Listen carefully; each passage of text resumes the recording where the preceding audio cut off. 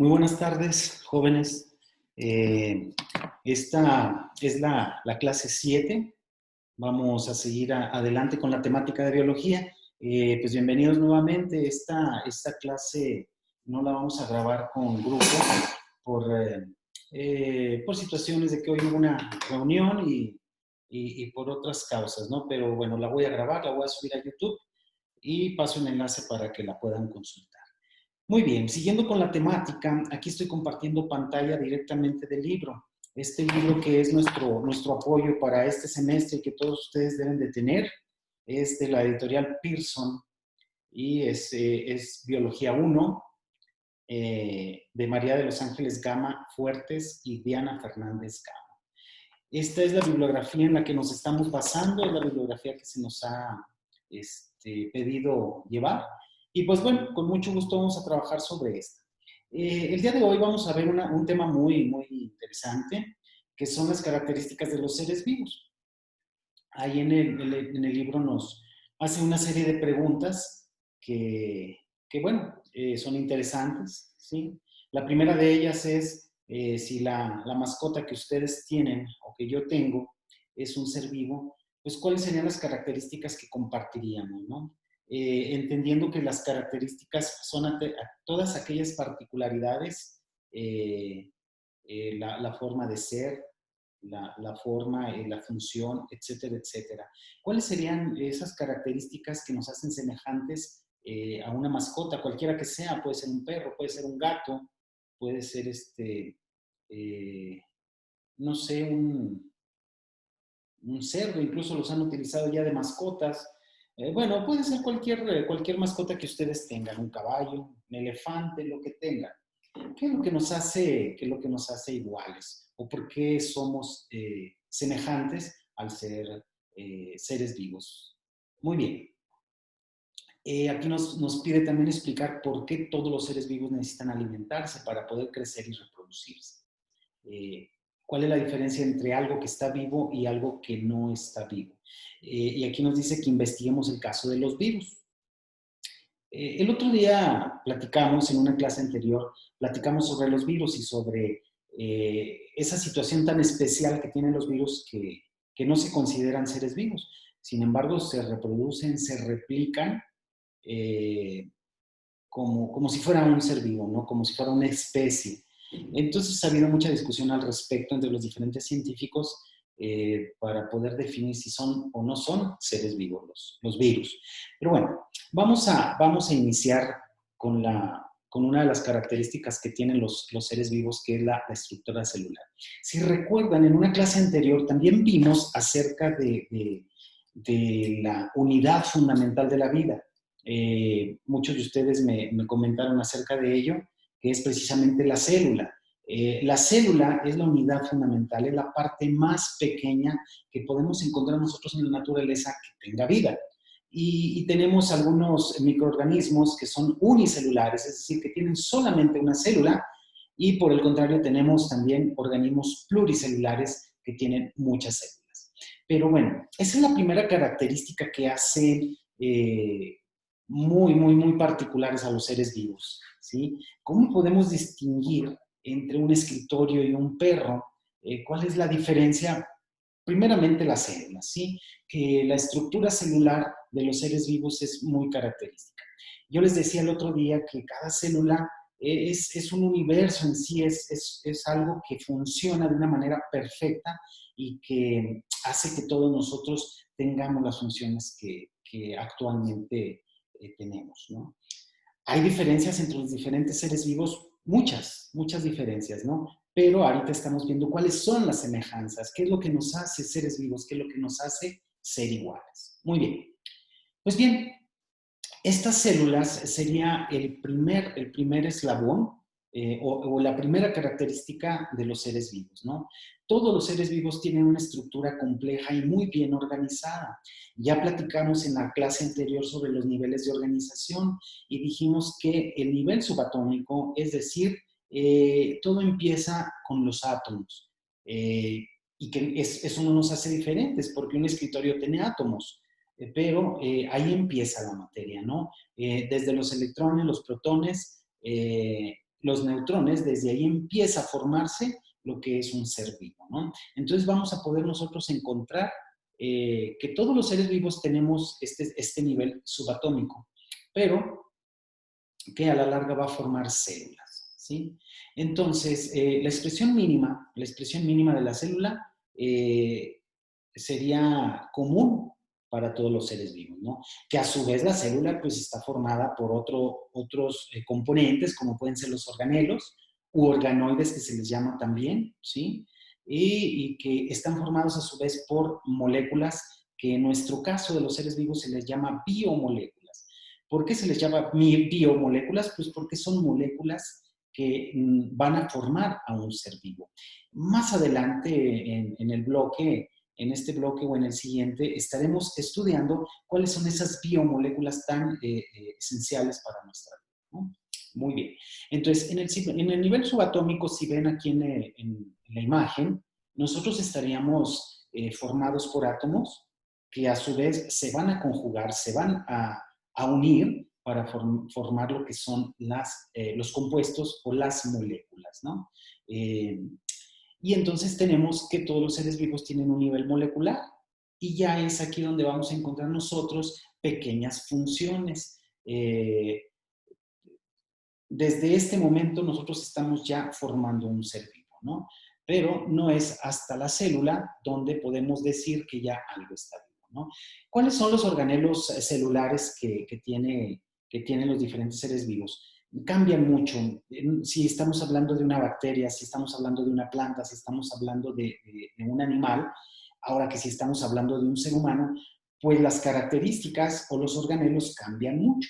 Pero en el ser humano nosotros podemos encontrar las mitocondrias, podemos encontrar también los lisosomas, podemos encontrar el aparato de Golgi, el núcleo, los ribosomas, y cada una de estas partes, organelos u organoides, tienen funciones muy, muy especiales. Yo siempre he comparado una célula con una ciudad. En una ciudad nosotros tenemos diferentes actores o diferentes personas que desempeñan trabajos muy diferentes, ¿sí? Y todos ellos trabajan para que nuestra ciudad sea funcional totalmente, ¿no? Y podemos encontrar personas que se dedican a proveernos de comida, ¿sí? Tenemos personas que son los que cultivan, que son personas que llevan el cultivo hacia las ciudades, y tenemos personas que distribuyen ya dentro de la ciudad todos esos alimentos. Y podemos encontrar desde a tiendas de abarrotes, misceláneas, podemos encontrar también restaurantes, pequeñas fondas o incluso personas vendiendo comida en las calles, ¿no?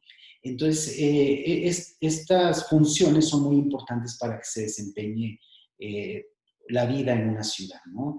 Podemos encontrar nosotros personas que también se encargan de eliminar el desecho, ¿no? Los camiones de la basura, las personas que trabajan en la basura, el relleno sanitario, ¿no? Y también podemos encontrar personas que trabajan para que nosotros tengamos energía, como es la Comisión Federal de Electricidad.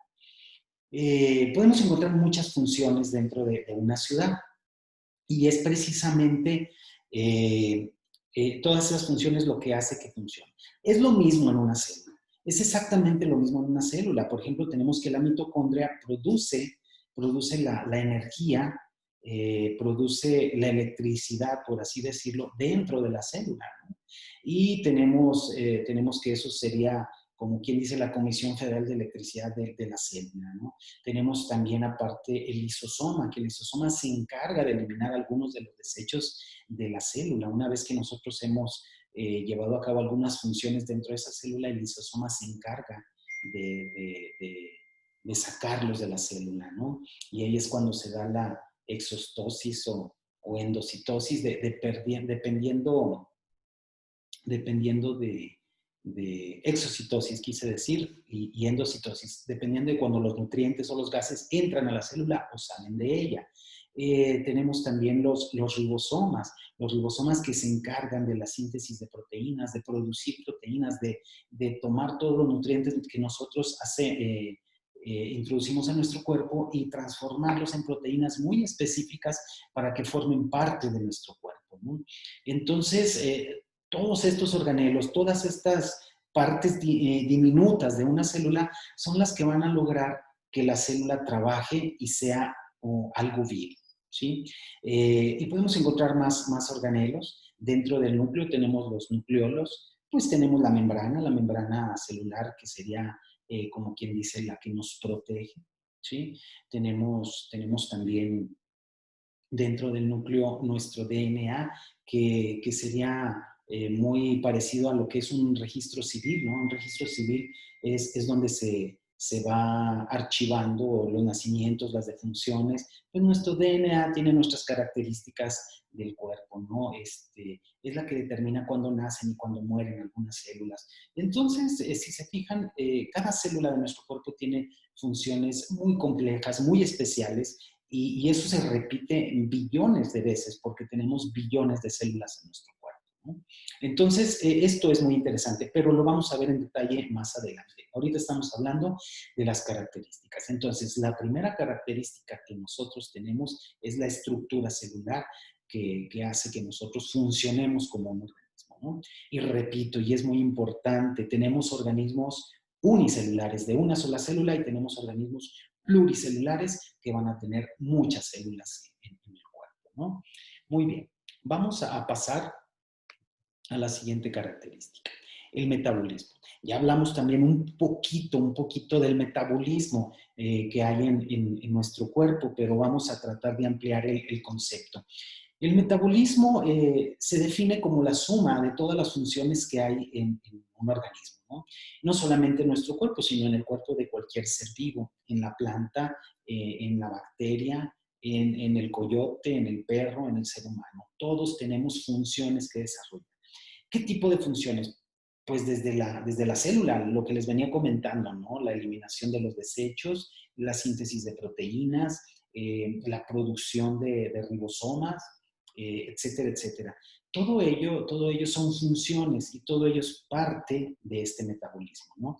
Que puede ser a nivel celular, como lo que les estoy comentando, o puede ser a nivel organismo, como la respiración, ¿sí? Como la respiración, el intercambio de gases que se da en nuestros pulmones cuando nosotros absorbemos oxígeno y cuando desechamos dióxido de carbono. La digestión de nuestros alimentos, la ingesta de nuestros alimentos es una función, el sudar para enfriar nuestro cuerpo, el movimiento de nuestros músculos, el movimiento de nuestros huesos, la producción de leucocitos, la producción de eritrocitos, de glóbulos blancos y glóbulos rojos, la producción de plaquetas para la cicatrización de nuestras heridas, nuestros pensamientos, el sentir lo frío, lo caliente. Todo eso conforma al ser vivo, ¿no?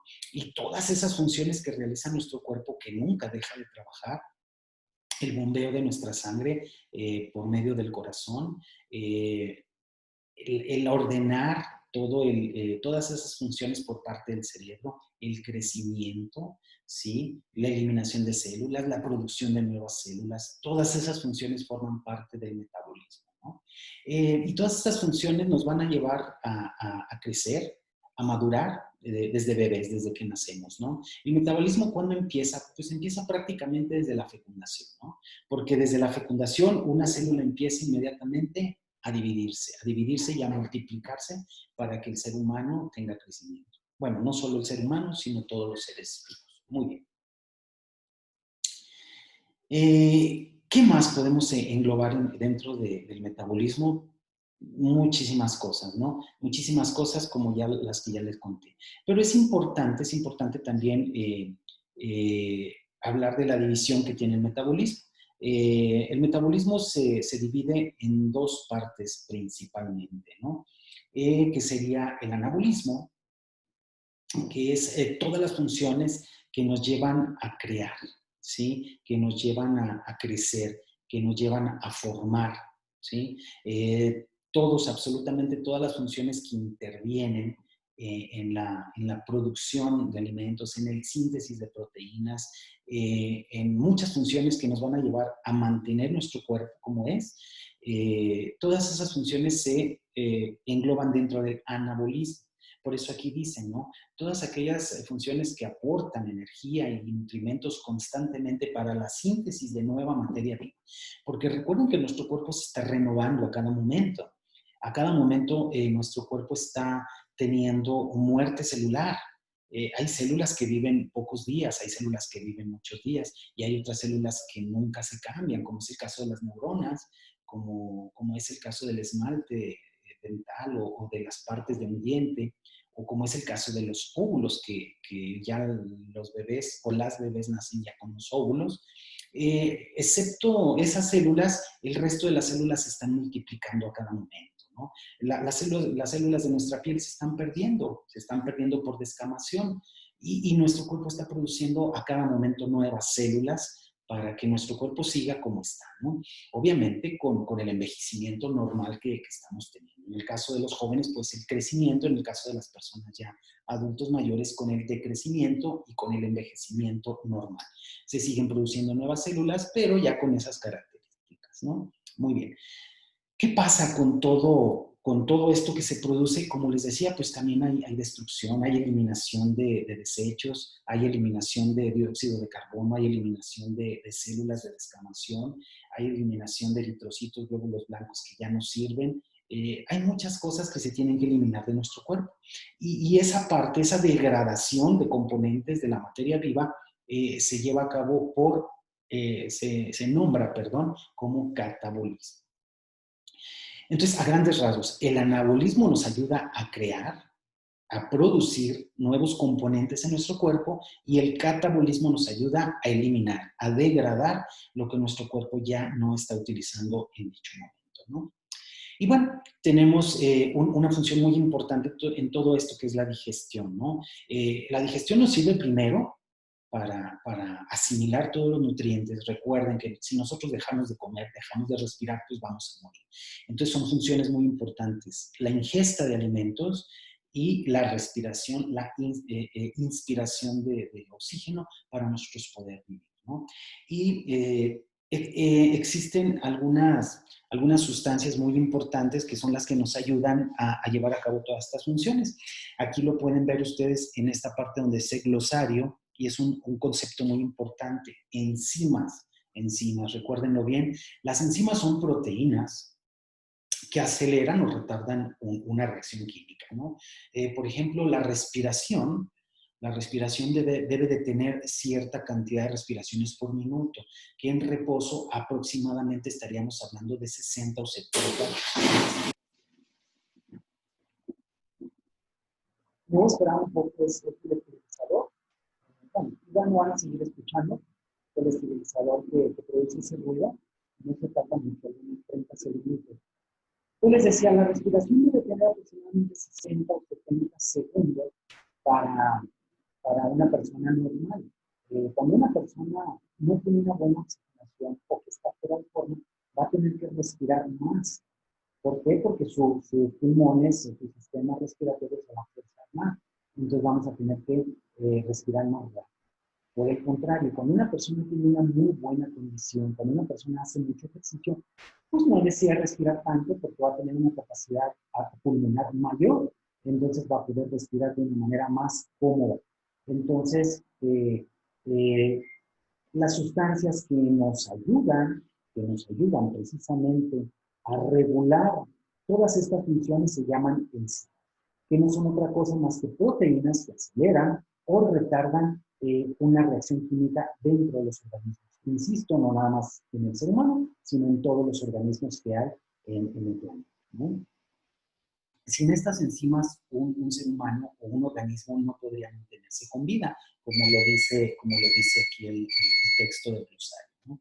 Todos estos conceptos son muy importantes. Recuerden que su resumen debe de contener las cosas más importantes que vayamos platicando, ¿no? Yo les dije que al menos una cuartilla, pero no se limiten. Si ustedes pueden tener 2 o 3 cuartillas de resumen, háganlo. Háganlo, porque ya encontré la manera de hacerles examen. Entonces, en los parciales sí vamos a tener examen, y necesito que estudien las cosas que nosotros estamos platicando, ¿no? Yo sé que es mucho contenido, pero si no dedican un tiempo a estudiar, si no dedican un tiempo a trabajar en estos conceptos, difícilmente los podrán comprender y posteriormente aprender, ¿no? Muy bien.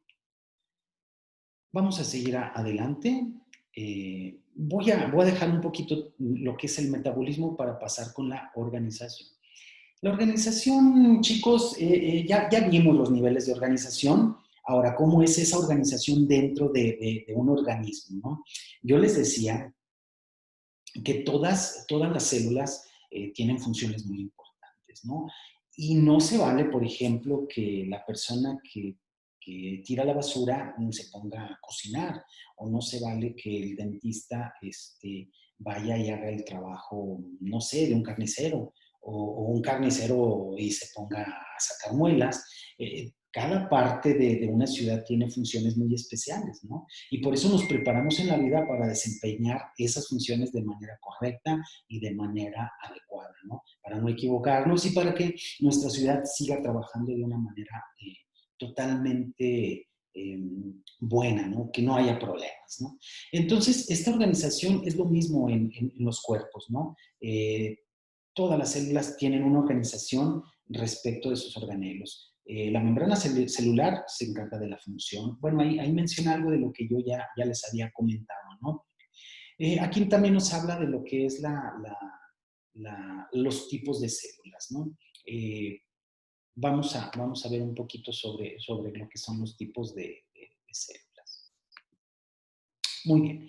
Tenemos principalmente dos tipos de células, ¿sí? Dos tipos de células. Una que es muy sencilla, una que es muy sencilla y una que es muy compleja, ¿sí? La célula que es muy sencilla o que es primordial se llama o primogenia o muy, se me fue el término, vaya, sencilla, es la procariota. Es una célula que no tiene una complejidad muy alta. Y esa célula la podemos encontrar principalmente, por no decir únicamente, en organismos unicelulares, ¿no? Es decir, tenemos nosotros algunas bacterias con estas características, ¿sí? ¿Qué es lo que tiene una célula procariota? Pues tiene una membrana celular, pero no tiene núcleo, no tiene núcleo.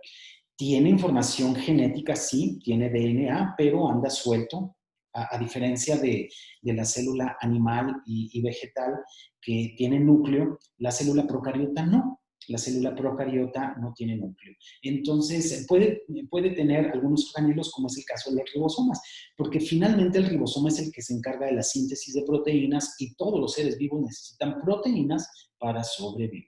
¿Estamos? Algunas de las células procariotas pueden tener, como lo pueden ver aquí en la ilustración, un flagelo, ¿sí? Pueden tener nucleoides, no núcleo, pueden tener nucleoides. Pueden tener una pared celular y lo que les decía yo, los ribosomas. Ahí donde dice pilus, esos son pequeños vellos que puede tener una célula. Puede tenerlos o no, ¿sí? Y bueno, de ahí podemos encontrar otras células que son mucho más complejas, que se llaman células eucariotas. Entonces, la célula procariota es la primigenia o la más sencilla, la más básica. No lo olviden, por favor. Procariota es la sencilla y la eucariota es la que es la célula muy compleja. ¿Estamos? ¿Y qué tiene una célula compleja? Pues bueno, para empezar, tendríamos que distinguir dos tipos de células eucariotas. Primero, la que es vegetal y segundo, la que es animal. ¿Estamos? La célula vegetal, pues ahí lo pueden ver ustedes. No me voy a detener mucho en las funciones de cada uno de los, este, de los organelos o de los organoides, que es, por ejemplo, en el caso de lo animal, pues tenemos una membrana celular, tenemos núcleo, ya les había mencionado, los ribosomas, tenemos retículo endoplásmico, que puede ser liso o que puede ser rugoso, tenemos el aparato de Golgi, tenemos el citoplasma, tenemos nucleolo, tenemos lisosomas, tenemos vacuolas, que son como unas cisternitas, como unos rotoplas que se encargan de almacenar agua para la célula, etcétera, etcétera, ¿no? Y bueno, en la célula vegetal, por el contrario, bueno, no por el contrario, tenemos muchas similitudes con la célula vegetal. También tienen núcleo, también tienen membrana nuclear, también tienen nucleolo, retículo endoplásmico, tienen aparato de Golgi, lisosoma, pero tienen un componente que no tiene la célula animal, que es el cloroplasto. Recuerden que las plantas se encargan de producir sus propios alimentos y necesitan los cloroplastos para llevar a cabo el proceso de fotosíntesis, ¿sí? Tienen una pared celular, tienen membrana celular. La fotosíntesis es un proceso que o gracias a la luz solar pueden producir sus alimentos. ¿Estamos? Muy bien. Otra característica de los seres vivos es la homeostasis, y esta es básica, es bien, bien, bien importante, ¿sí? Lo que es la homeostasis, para que ustedes me entiendan, es el equilibrio que debe existir en todos los seres vivos, ¿no? Es decir, debemos de tener un sistema que equilibre nuestro medio ambiente interno y externo también, ¿no? Pero viene de adentro hacia afuera. Entonces, homeostasis es una capacidad que tienen todos los seres vivos de mantener constante, de mantener en equilibrio, obviamente dentro de ciertos límites, un equilibrio biológico, un ambiente interno adecuado, ¿no? El ejemplo más importante y que ahorita se toma mucho en cuenta para la detección del coronavirus, bueno, a mí me parece un tanto arbitrario este proceso de checar la temperatura, ¿no? La temperatura de un cuerpo. ¿Qué pasa si nosotros nos enfriamos demasiado? Podemos morir. ¿Qué pasa si nuestro cuerpo se calienta demasiado? Podemos morir. Entonces, nuestro cuerpo se debe de mantener en una temperatura constante.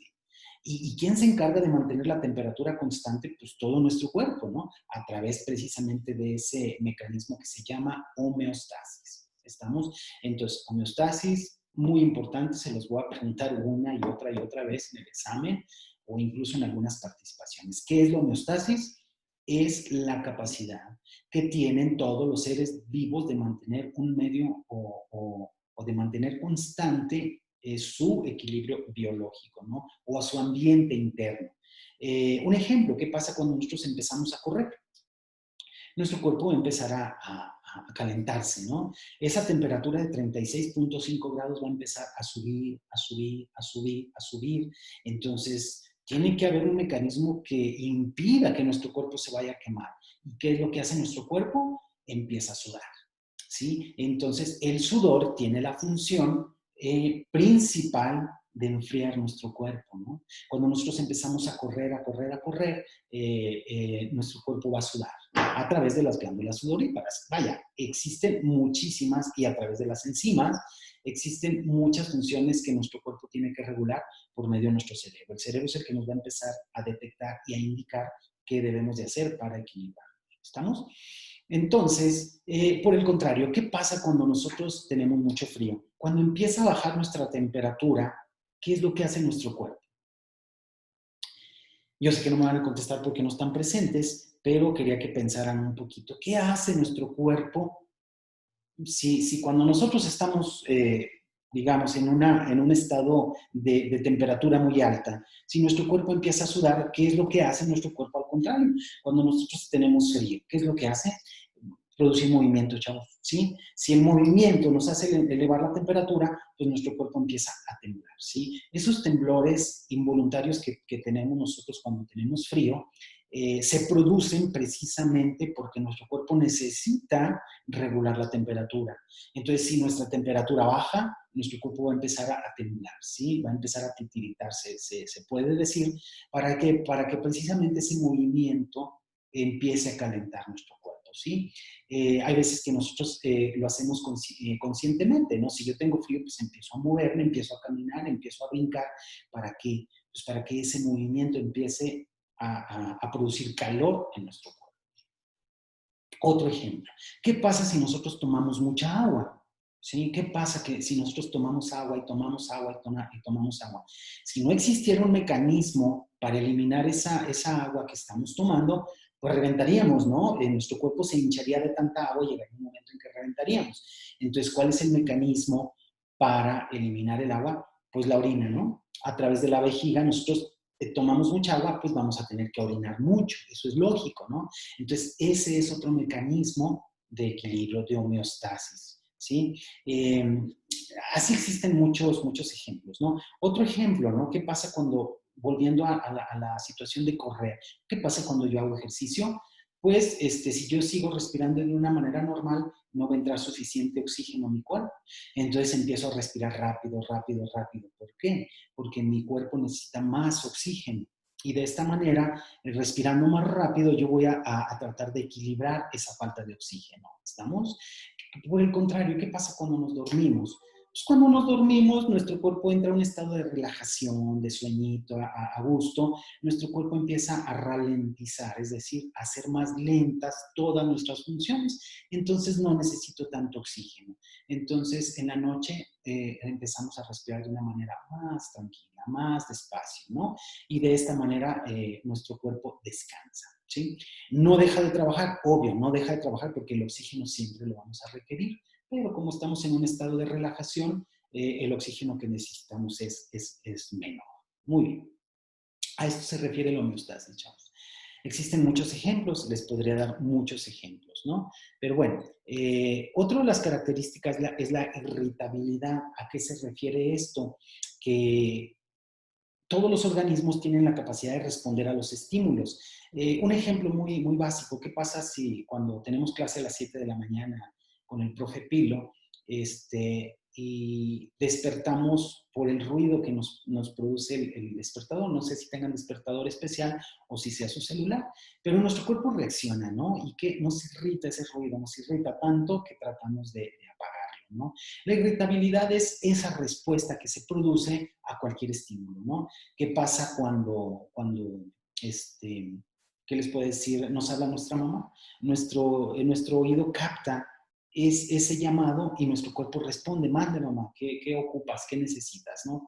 Esa es una respuesta, a eso se refiere con la irritabilidad. ¿Qué pasa si estamos mucho tiempo en el sol y no tenemos un protector solar, no tenemos una gorra o una sombrilla? Nuestro cuerpo se va a irritar, se va a quemar, ¿sí? Entonces, ¿qué pasaría? Bueno, nuestro cuerpo reacciona, empezamos a sentir el calor y corremos hacia la sombra, ¿no?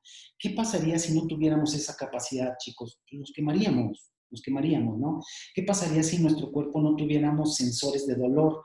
Tocaríamos las cosas calientes y nos quemaríamos. ¿Qué pasaría si en nuestros huesos no hubiera terminaciones nerviosas? Nos quebraríamos un hueso y no nos dolería y no tendríamos cuidado, tal vez nos lastimaríamos mucho.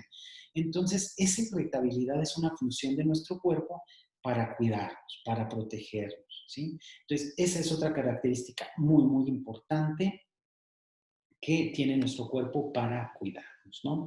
Bueno, aquí habla homeostasis en organismos pluricelulares. Es básicamente lo que les he estado explicando, ¿no?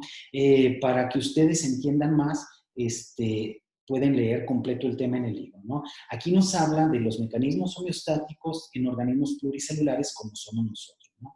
Nosotros estamos compuestos de muchas células, por eso somos pluricelulares. Y vamos a responder, como ya se los he dicho en muchas clases, en algunas clases, perdón, porque no llevamos muchas, reaccionamos a los diferentes estímulos. Permítanme tantito, voy a contestar el teléfono. Sí, hijo. ¿Sabes que estoy en clase ahorita? ¿Te marco? ¿Sale? Nosotros como organismos pluricelulares tenemos muchas funciones y todas estas funciones las respondemos gracias a nuestros sentidos, al tacto que se encuentra en nuestras manos y en todo nuestro cuerpo. Todo nuestro cuerpo está lleno de sensores que nos permiten detectar lo frío, lo caliente, lo rugoso, lo liso, lo suave, lo duro, todo, absolutamente todo lo podemos captar a través de nuestros sentidos, ¿no? También el oído, como ya les comentaba, el olfato incluso, ¿no? Siempre se ha dicho, ¿por qué tenemos la nariz exactamente arriba de la boca? Porque es un mecanismo de protección. Cuando nosotros vamos a comer un alimento y este está echado a perder, nuestra nariz va a detectar que ese alimento está mal, que está echado a perder y es un peligro para nosotros, ¿no? Entonces, eso nos permite evitar esos alimentos, ¿no? Tenemos muchos receptores en nuestro cuerpo, en nuestro oído, en nuestras manos, en nuestros pies, en todo nuestro cuerpo y dentro de nuestro cuerpo tenemos también en el interior muchos sensores, ¿vale? Muy bien. Aquí en el glosario podemos encontrar un concepto que es el sistema endocrino. Ese nos va a tocar verlo a detalle el próximo semestre. Ahorita se los menciono de manera rápida. El sistema endocrino es un sistema o un conjunto de órganos que se encargan de la producción de diferentes sustancias, ¿no? Y el sistema endocrino principalmente es el que genera diferentes sustancias que se van a vertir al interior de nuestro cuerpo, ¿sí? Y podemos contar entre las diferentes glándulas, pues la glándula pituitaria o hipófisis, podemos contar el páncreas, podemos contar el riñón, podemos contar también las glándulas suprarrenales, etcétera, etcétera, ¿no? Y en el sistema endocrino podemos contar todas aquellas glándulas que vierten sus productos al exterior del cuerpo, ¿no? Como el caso de la sudoración, que es una glándula sudorípara, la glándula sebácea, que también vierte su contenido hacia el exterior de nuestro cuerpo. Por ejemplo, el páncreas es mixto porque el páncreas produce el jugo pancreático que se va a depositar en el tracto digestivo para una buena digestión, y el páncreas también produce la insulina que va a ir hacia nuestra sangre, que produce el glucagón y la insulina precisamente para regular por medio de la homeostasis el nivel de azúcar, ¿no? Ese ejemplo se me pasó un poquito, ¿no? Tenemos diferentes órganos que van a producir diferentes sustancias para mantener un equilibrio, ¿no? Y finalmente todo esto es parte de la homeostasis, ¿no? Muy bien. Tenemos, bueno, ahí también nos habla de lo que es el balance, ya lo dije, de la temperatura, ¿sí? También nos habla de la osmorregulación, de la termorregulación. Todo es la regulación finalmente, mantener un equilibrio de todo lo que tenemos dentro, de todas las funciones de nuestro cuerpo, ¿no? Entonces, si un cuerpo no es capaz de regular un equilibrio por sí mismo, es cuando entra la medicina, ¿no? Yo les decía, si nosotros comemos muchas bacterias por un alimento descompuesto, nuestro organismo se va a encargar de protegernos. Tenemos células de defensa que se van a defender de esas bacterias que nosotros comimos, que nos pueden hacer daño. Y nuestro cuerpo regula, ¿sí? Pero ¿qué pasa cuando son demasiados? Por eso les decía que hay límites, ¿no? Hay límites para que nuestro cuerpo se pueda defender o pueda mantener el equilibrio. Hay límites. ¿Qué pasa cuando esos límites se sobrepasan? Pues bueno, ahí es cuando entra la medicina, ¿no? Podemos ayudarnos de ese conocimiento médico para poder recuperar el equilibrio que no pudimos tener por medios propios, ¿no? Cuando nos sube demasiado la temperatura y nuestro cuerpo no es capaz de regularla, pues tenemos que tomar un medicamento que nos baje la temperatura, ¿no? Entonces, existen todos estos mecanismos de osmorregulación, de termorregulación, que nos permiten regular la temperatura, que nos permiten regular los líquidos, que nos permiten también regular todo lo que está en nuestro entorno, ¿no? Muy bien. Aquí nos hablan de lo mismo que ya les venía diciendo. Voy a brincar un poquito porque es precisamente la temperatura. Bueno. Aquí nos habla también ya un poquito de lo que es la homeostasis en las plantas. Al igual que nosotros, las plantas tienen mecanismos de regulación o mecanismos de homeostasis muy particulares, ¿no? Ellas también sienten, tanto sienten que ustedes conocen el caso del girasol. ¿Por qué se llama girasol? Pues porque sienten el calor del sol, ¿no? Y durante el día van siguiendo ese calor. Entonces, sienten, pues claro que tienen una sensibilidad, ¿no? Los animales, las plantas, todos tenemos sensibilidad y de alguna manera todos trabajamos para mantener nuestras condiciones constantes y que no se nos vaya a salir de control para no poner en peligro nuestra vida. Vamos, déjenme checo el tiempo. Ya casi estamos por finalizar el tiempo destinado a la clase. Me quedan unos minutitos. Entonces, en las plantas también hay irritabilidad, también hay sensibilidad de las células y tienen una sensibilidad muy alta a la luz porque por medio de la luz producen, como les decía hace rato, sus alimentos, ¿no? Entonces, en el caso aquí nos habla del tropismo, ¿sí? Que era lo que les comentaba, el movimiento de orientación que tienen a la luz, como el caso de los girasoles, en este caso sería el fototropismo, al agua que pasa, hay plantas que cuando empieza a llover cierran sus pétalos o sus sépalos para protegerse, hay otras que por el contrario las abren para recibir agua y de esta manera controlan o regulan la cantidad de agua que hay al interior, ¿no? Eh, etcétera, etcétera. Nosotros podemos tener muchas, muchas respuestas de las plantas, cómo los estomas, aquí nos habla cómo se abren para recibir dióxido de carbono y para expulsar el oxígeno. Recuerden que las plantas, al contrario que nosotros, ellas respiran el dióxido de carbono y expulsan el oxígeno.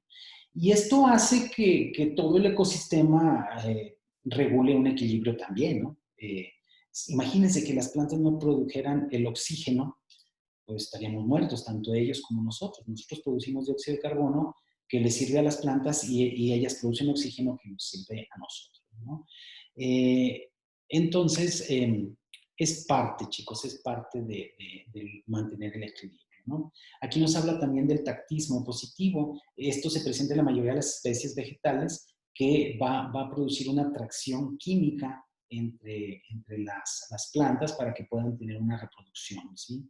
Eh, ¿cómo se lleva a cabo esa fecundación? Pues bueno, tenemos que trasladar los gametos masculinos para llevarlos con el femenino y pueda unirse.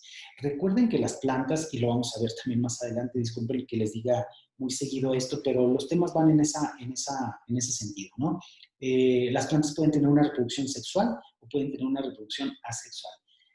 ¿Cuál es la diferencia? Pues que en la sexual, aunque no tengan un contacto sexual como lo tiene el ser humano o algunos otros animales, las plantas tienen que unir el gameto o la semilla masculina con la semilla o gameto femenino o femenina, ¿sí? Y de esta manera se reproducen.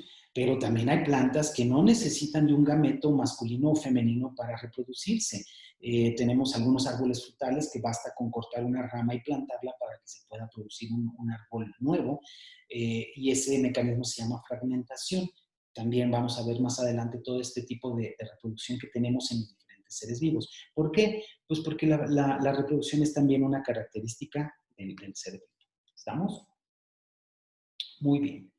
Entonces, miren, aquí está precisamente, esta sería una característica más del ser vivo. Pero lo vamos a dejar y vamos a continuar la próxima clase con la reproducción, porque nos falta todavía otros 2 o 3 características. No quiero tampoco extender demasiado la clase. Chicos, les había yo dicho a los jefes de grupo, la próxima semana les voy a pedir que preparen una pequeña presentación, aunque sea de 3, 4 minutos, para que me alcance a verlos a todos, porque los tengo que evaluar. Necesito saber que los contenidos que hemos estado viendo los están asimilando, los están comprendiendo, los están aprendiendo. Y si no estoy checando frecuentemente que sea así, pues vamos a batallar cuando tengamos que presentar el examen. Entonces, prepárense. Necesito que lean, que hagan sus resúmenes, que cumplan con sus tareas. Ya tienen, con este serían 7 resúmenes más 2 tareas. Necesitan estar leyendo, necesitan estar frecuentemente platicándolos, no sé, platiquen a sus papás sobre lo que estamos viendo en biología para que puedan ir asimilando esos conocimientos, ¿no? Y en la semana que entra van a hacer una pequeña presentación. Yo, por número de lista, les voy pidiendo que participen. Les comento y les aviso. Las personas que participen van a tener una calificación en su participación. Las personas que no quieran participar con su cámara encendida y de viva voz van a tener 0 en participación. La voy a grabar, pero para efectos de evaluación no la voy a publicar. Esas clases no las voy a publicar. ¿Por qué? Pues porque no quiero que se van a sentir de alguna manera expuestos. Esas clases, vamos a dar la clase y aparte vamos a tener la clase en la cual voy a tomar su participación. ¿Estamos? Entonces, se los aviso desde ahorita, semana que entra, a partir de tal vez lunes, martes, empezaremos con esas participaciones. ¿Estamos? Por el día de hoy es todo. Este día vamos a dejar ya la clase de biología, ya vimos unas características de los seres vivos y vamos a seguir con este mismo tema, con las siguientes características en la próxima clase. La voy a grabar el día de mañana, la siguiente clase, aunque no nos toque clase, pero no quiero atrasarme. Como tuvimos un día inhábil, no quiero atrasarme, entonces mañana grabo la clase número 8 y se las comparto. Les mando un enlace con los jefes de grupo. Aunque no los vi, pues un placer saludarlos. ¿Sale? Estamos puestos para la siguiente clase. Gracias.